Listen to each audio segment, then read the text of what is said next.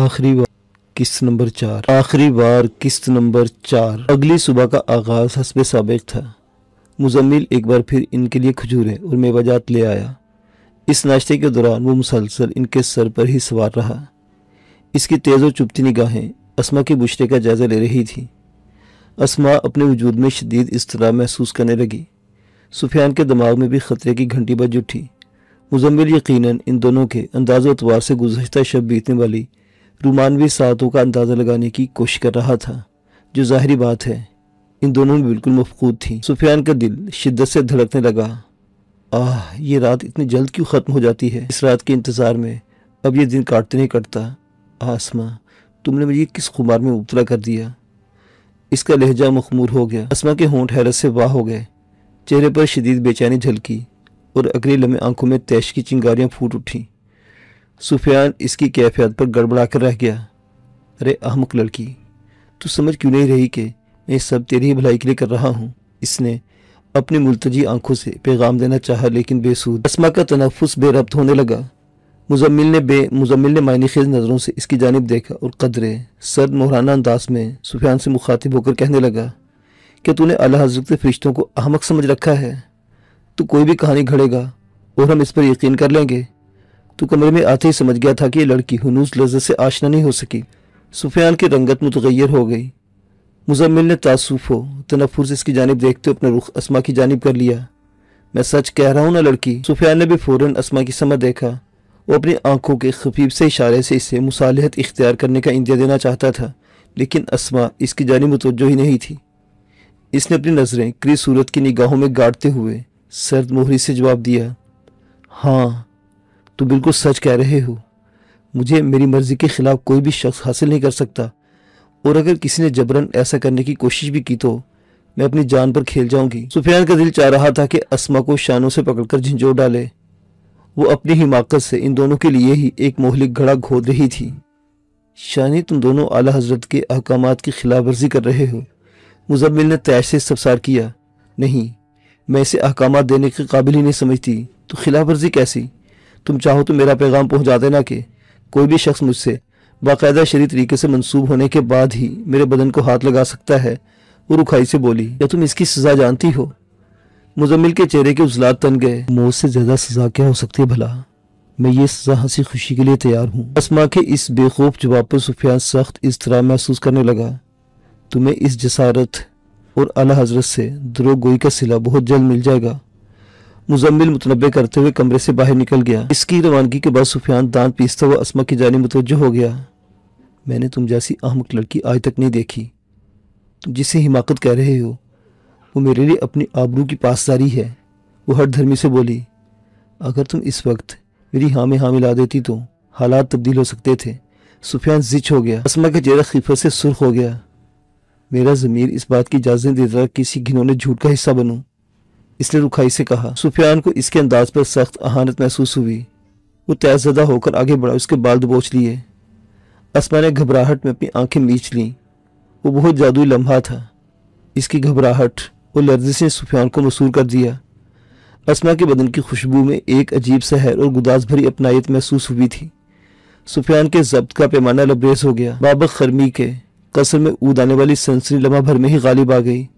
اس نے اپنے ہونٹ اسما کے چہرے اور گردن سے ہم کلام کر دیے۔ ریشمی لمس اور مسحور کن خوشبو نے سنسنی مہمیز تیز کر دی۔ اسما نے اس کی گرفت سے آزاد ہونے کے لیے اپنے بدن کو کئی بار جھٹکے دیے، لیکن سفیان کی وحشت سوا ہو چکی تھی۔ میری ہو جاؤ اسما، اپنی ضد چھوڑ دو ورنہ یہ لوگ تمہیں کسی اور کے حوالے کر دیں گے۔ سفیان نے سرگوشی میں کہا، ہرگز نہیں، اسما اتنی کمزور نہیں ہے۔ میری رضامندی اور کسی بھی شرعی رشتے کے بغیر کسی مجھے اپنانے کی کوشش کرنا چاہی تو میں خودکشی کر لوں گی۔ اسما کے انداز میں پوشیدہ اس دھمکی نے سفیان کا جوش و وحشت سرد کر دیے۔ مجھے افسوس ہے کہ تم نے حالات سے سمجھوتہ کرنے کی دانشمندی نہ دکھائی۔ تم موت کو ایک کھیل سمجھتی ہو، جبکہ حقیقت یہ کہ موت کو سامنے دیکھتے ہی بڑے بڑوں کا پتا پانی ہو جاتا ہے۔ وقت آنے پر تم یہ بھی دیکھ لو گے، اسما نے بے نیازی سے جواب دیا۔ سفیان نے تیز سے اس کی جانب دیکھا۔ اپنے وجود میں امڑنے والی سنسنی پر قابو پاتے ہوئے ایک نئے خیال کی بابت سوچنے لگا۔ اگلی صبح بے حد روشن اور نکھری ہوئی تھی۔ مزمل حسب سابق کھانا لے کر آیا تو سفیان نے سنجیدگی سے کہا، اپنے آقا سے کہنا میں ان کے تحفے کی قدر کرتا ہوں، لیکن میں اب